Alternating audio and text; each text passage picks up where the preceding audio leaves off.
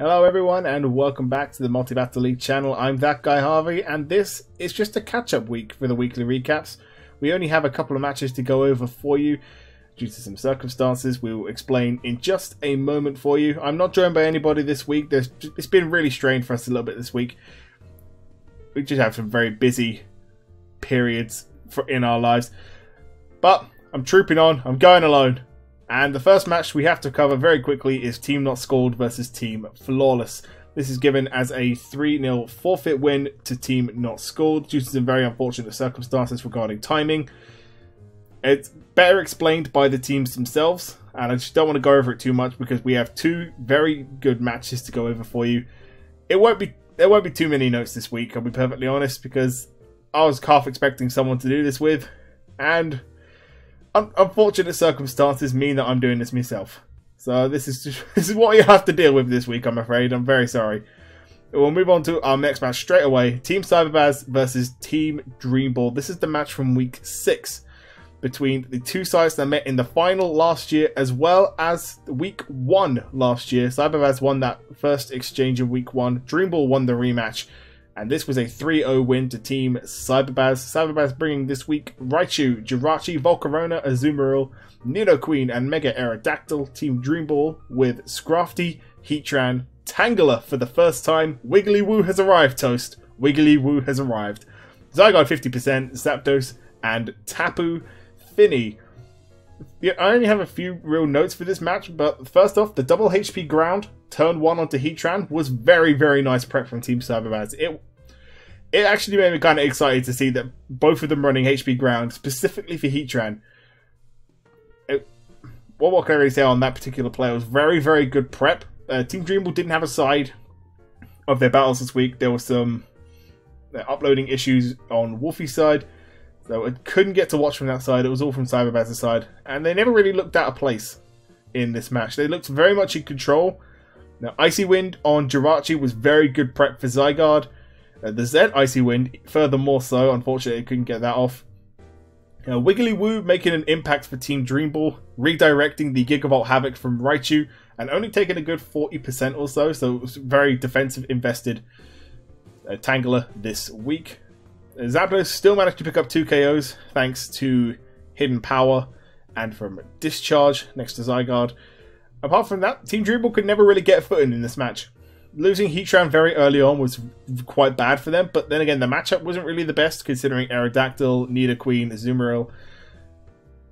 And you could argue Raichu and Jirachi as well, kinda, but maybe just because of the HP ground they were running this week. Scrafty never got a foot in this match. Neither did Zygarde. Zygarde could not get itself set up at all. Cyberbaz never really looked too out of place. They're very much in control for this match, and they deserved their 3-0 win this week.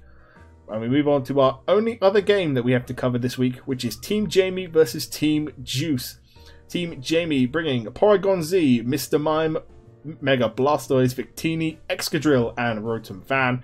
Team Juice with Chestnut, Tornadus T, Aegislash, Volcanion, Crocodile, and Kieran Black. The old reliable team, the old backbone for Team Juice.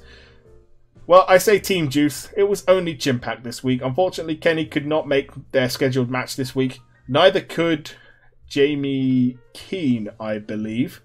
He was off locking up Kenny somewhere, I imagine. I don't know. So it was 2 against 1, but even in a 2 against 1 situation, you really don't want to be in that situation. You really don't want to be there. And unfortunately, Chimpact had to try and get a foot in against Team Jamie. And I have to talk about turn 1. That turn 1 was probably the most action in one turn we've seen all season. So the very first move of the game, Hyper Beam Porygon Z knocks out Tornadus T. Very next move, Chestnut Superpower knocks out Mr. Mime. Knocks out Mr. Mime? No, knocks out Porygon Z. Because Mr. Mime then came out with the Twinkle Tackle. I just can't help but laugh. The animation is great for Mr. Mime Twinkle Tackle. Knocking out Chestnut and clearing that field turn 1. It put Team Jamie in a really good spot where Mr. Mime was out next to Mega Blastoise and Team Juice had to go into Aegislash and Volcanion early. A situation they probably did not want to be in. At this point, it was quite a back and forth matchup. Team Jamie having just the edge of it, although Team Chimpact was never quite out of the match. In the end, it had to come down to a rock slide from Crocodile against the Victini and Mega Blastoise, eventually after Mr. Mom went down to Aegislash. And Crocodile, unfortunately, missing the rock slide on Mega Blastoise, meaning that Icy Wind could come out and hit it and Kyurem Black, meaning that they were slower than the Victini, who knocked out the Crocodile with Blue Flare, and the Blastoise hit the Kyurem again with an Aura Sphere. The match was forfeited on turn 10. It was too much, unfortunately, for Chimpact. Team Jamie picking up the 4-0 victory. The last kill onto Kyurem Black was attributed to Victini, as it was very clearly obvious what was going to win. It was quite... I'd say it wasn't a smooth performance for Team Jamie. They could have done things a bit better. That rock slide miss was very crucial in sealing up the match. Up until that point, Chimpact was very much still in the match, and he played well considering it was only him, only his thought process having to go through. And it was quite really just an unfortunate situation for him. And we will have a look at what this means on the standings in a moment. But yes, Team Jamie picking up a 4-0 victory. They continue their impressive run of form that they've been in. And unfortunately for Team Juice, as we move on to the standings, that red block next to their name means that they cannot reach the playoffs. They are now out of contention, and they become the first Top Cut team to not make Top Cut for the second year in a row. Team Blue Hornets could very nearly join them. They are still on 2 and 6 on that -8 difference. It is still possible for Blue Hornets to make it in at 5 and 6. It's highly, highly unlikely, but it's still possible to do. Team Mythical, they're still on 1 and 7. They're still bottom. Juice 11th, Blue Hornets in 10th. Subs remain in 9th on 3 and 5. Still not over for them. Same for Flawless, although their chances have been dented by that forfeit loss. They're now 3 and 5. Leaky remain in 7th place on 4 and 4. And at the top of the table, we see We Disney still in 6th place on that 4 and 4. They're hanging on to the top 6 still. Dream Ball moved down 2 places from 3rd. They're now 5th on 5 and 3. Not Schooled, thanks to that forfeit win, and Cyberbaz, thanks to their 3-0 victory over Dream Ball, move up to 6 and 2. They're both only 1 win away from making the playoffs, as well as Team Jamie, who are also 6 and 2.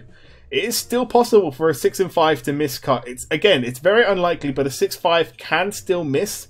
So that's the only reason that Jamie, Cyberbaz, and Not Schooled's names are not lit up in green. And of course, Team Drinking Birds remain top on that 7 and 1 record. They just need to take strides now in securing a top 2 place and an automatic place in the MBL Season 2 semi-finals. We move to just have a look at our MVP table, and we see Zygarde has finally been knocked off its top spot. Porygon 2 reclaiming the crown after week 8. With 12 kills to its name, it picked up another one this week, moving above Zygarde. Magina remains on 10. And on the MVP bottom half of the table, Zapdos moves up to 4th place in the table now on 10 kills, and on the differential moves above Kyurem Black. Darmanitan is on 9 with 3 kills, still just ahead of Rotom Heat and Pheromosa. Metagross and Breloom keep their places on the top 10, so essentially everyone's just sliding down 1 place as Zapdos moves its way to the... I was trying to make a pun there, and it was very terrible.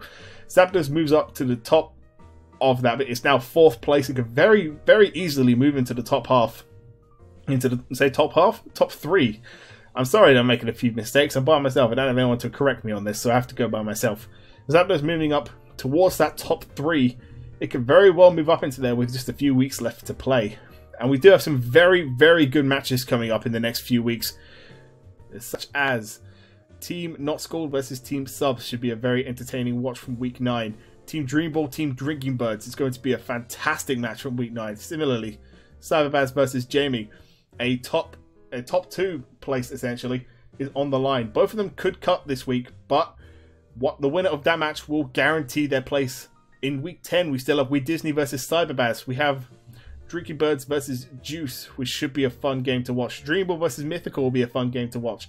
In week 11, Team Jamie versus We Disney, Cyberbaz versus Drinking Birds, Flawless versus Dream Ball, and Subs versus Leaky, potentially for those top 6 places. There's a lot of exciting matches still to go, and we really love talking about what potentially could happen as the season goes on. But we have to come to an end at some point, and this will be the end of the catch-up weekly recap. Finally bringing week 8 to an end. We will see you tomorrow for the power rankings with myself again, because Toby is unfortunately away, and Wits. We hope to see you again very soon. We'll see you later.